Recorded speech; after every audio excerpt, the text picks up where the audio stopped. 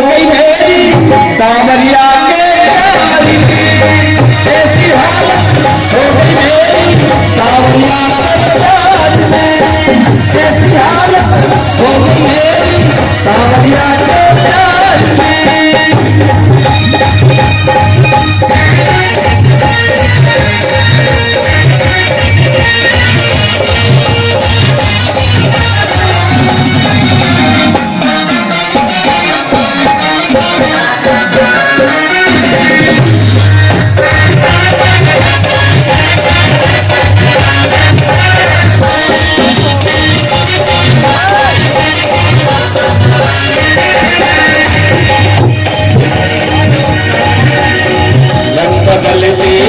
दुनिया में कोई का यार नहीं, कोई का यार नहीं है, कोई का यार नहीं। मतलब की यह दुनिया सारी मतलब व्यवहार नहीं है, मतलब व्यवहार नहीं है। हार गया हूँ मनमोहन में, हार गया हूँ मनमोहन में, प्यार में जाता में। ऐसी हालत हो गई मेरी, ऐसी हालत हो गई मेरी सावरिया के प्यार में, ऐसी हालत हो गई मेरी सावरिया के प्यार में।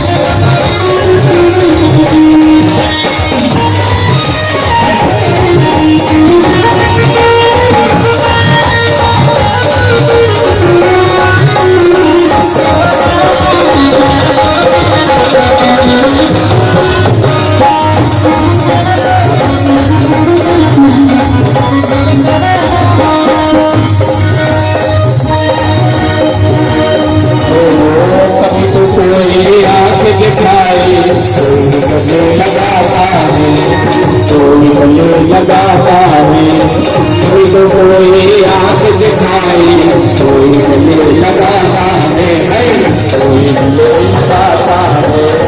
मतलब एक दुनिया में तो खुद बाहर जाता है, हम खुद जाता जाता है। दूसरा कब तक नहीं मिलती, दूसरा कब तक नहीं मिलती, दूसरा कब तक नहीं मिलती, तो मुझे संसार है। ऐसी हालत हो गई मेरी, ऐसी हालत हो गई मेरी सावरिया तेरे प्यार में, ऐसी हालत हो गई मेरी सावरिया तेरे प्यार में, ऐसी हालत हो गई मेरी सावरिया तेरे प्यार में। राम की ओर पुनरिया पुनरिया पुनरिया, तेरे नाम की ओर पुनरिया, बाजार में।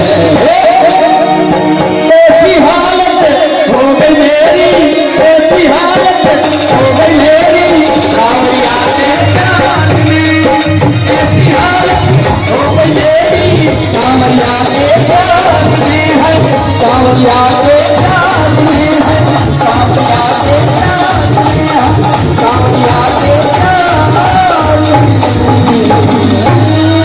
रुक्मणी रमण भगवान की जय। प्रसाद की व्यवस्था गेट में की गई है, जो लोग जाने वाले न केवलम में भवत स्वराज, सवै बलम बलिना चा परेशान, पराभरे में स्थिर जंग माये ब्रह्मादयोगेन वशं प्रणीता। जब हिरण्यकश्यप ने कहा कि तेरा नारायण कहाँ है, तो प्रहलाद जी कहने लगे, राजन आज यहाँ पर प्रहलाद ने हिरण्यकश्यप को पिता नहीं राजन शब्द का उद्बोधन किया है। न केवलम में भवतश्च राजन, हे राजन वो केवल मेरा नारायण मुझ में ही नहीं है, सारे जगत में है। ईसा वासविदम सर्वम,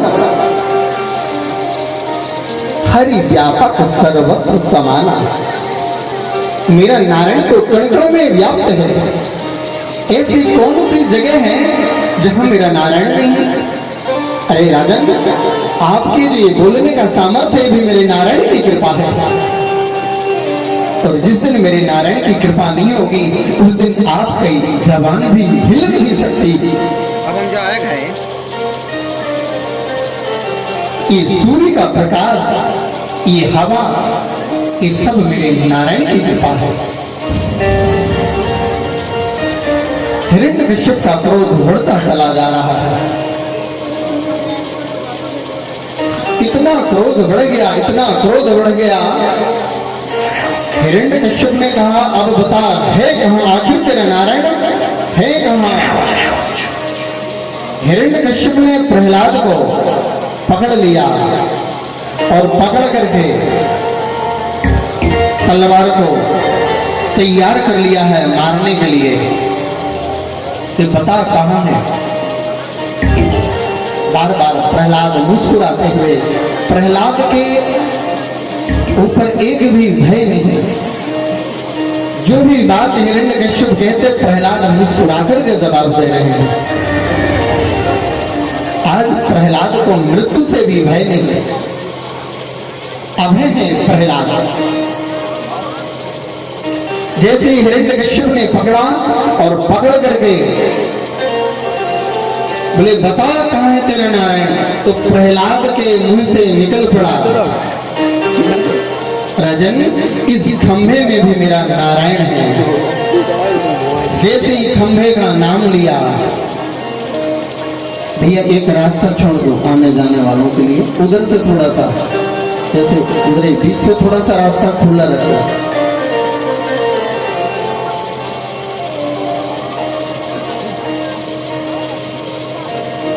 बार बार हिरण्यकश्यप के कहने पर प्रहलाद के मुंह से निकल गया कि इस खंभे में भी मेरा नारायण है। खंभे का नाम लेते ही हिरण्यकश्यप ने उस खंभे पर अपनी तलवार का प्रहार किया, तो उस खंभे से भगवान नृसिंहदेव हुंकार भरते हुए प्रकट हुए। गगड़ गड़ गड़ानो खंभ फाटो सरसरानो निक्तो रूप नाहर्षोति भयानक। गगड़ गड़ गड़ावे दसन जीभ लब लबावे चितवत सरोज मानो अंग जात खानो। भगवान नृसिंहदेव लंबी जीवा लपलपाते हुए लाल लाल आंखें, बड़ी बड़ी दाढ़ी, एकदम क्रोधावेश में भगवान प्रकट हो गए।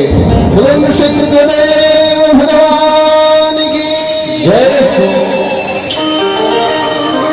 भगवान जैसे ही प्रकट हुए तुरंत हिरण्यकश्यप को पकड़ लिया और पकड़ करके अपनी गोद में बिठा लिया। भगवान हिरण्यकश्यप से कहने लगे, हिरण्यकश्यप तूने मेरे भक्त का तो कुछ नहीं बिगाड़ पाया, लेकिन अब तू ये बता कि तुझे बचाने वाला कौन है, तो उसको बुला ले। हिरण्यकश्यप से जब ये बात कही तो हिरण्यकश्यप कहने लगा, आप मुझे मार नहीं सकते। बोले क्यों? इसलिए कि मुझे ब्रह्मा के द्वारा वरदान प्राप्त है। बोले बताओ तुम्हें वरदान क्या प्राप्त है? हिरण्यकश्यप कहने लगा, महाराज पहला वरदान तो मेरा ये है कि न मैं दिन में मरूं न रात में मरूं। तो जब भगवान नृसिंहदेव का प्रागट्य हुआ था तो न दिन थी न रात थी, संध्या का समय था। गोधूली वेला में भगवान नृसिंहदेव प्रकट हुए थे। तो भगवान कहने लगे हिरण्यकश्यप बताओ ये दिन है कि रात है? बोले ना दिन है ना रात है। बोले अब तो मरोगे? बोले अभी भी नहीं। बोले फिर? बोले ना इन 12 महीनों में नहीं मरूं। तो भगवान ने कहा अब तू ही गिनती कर ले, 12 महीने पूर्ण हो गए, 13वां चल रहा है, पुरुषोत्तम मास। भगवान ने कहा अब तो मरेगा? बोले अभी भी नहीं मरूंगा। बोले फिर? बोले ना मैं भीतर मरूं ना बाहर मरूं। तो भगवान जब प्रकट हुए थे हिरण्यकश्यप को लेकर के देहरी पर बैठे थे, तो देहरी ना तो भीतर होती ना बाहर, तो बीचों बीच होती है। भगवान ने कहा तो ही बता भीतर है कि बाहर है? बोले ना भीतर हूं ना बाहर में, तो बीचों बीच हूं। इसलिए देहरी पर स्त्रियों को कभी बैठना नहीं चाहिए। और आजकल देहात में तो माताओं की आदत है, घर का काम पूरा हुआ बैठ गई देहरी पे टिके, वो अशुभ सूचक होता है। देहली पर बैठना, उस देहली पर भगवान का वास है।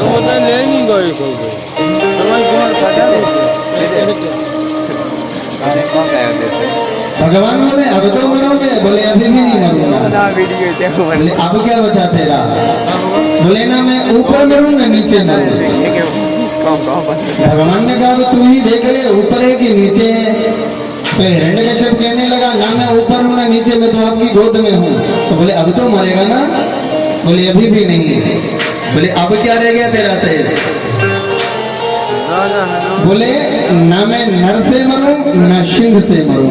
तो भगवान कहने लगे कि अब तुम्हें मरना तो है ही है, लेकिन मरते मरते एक बार हमारे झांकी का दर्शन तो करे लो, शायद इसी में तुम्हारा कल्याण हो जाए। तो आज हिरण्यकश्यप भगवान के स्वरूप को निहार रहे हैं और कह रहे हैं प्रभु ना ही आप नर हैं और ना ही सिंह हैं। जो सर था वो सिंह का था और जो धड़ था वो नर का था। तो ना ही पूरे नर थे ना पूरे सिंह थे। भगवान बोले अब मरोगे? बोले अभी भी नहीं। बोले अब क्या बचा? बोले अभी एक वरदान और भी शेष है मेरा। बोले वो क्या है? बोले ना मैं अस्त्र से मरूं ना शस्त्र से मरूं।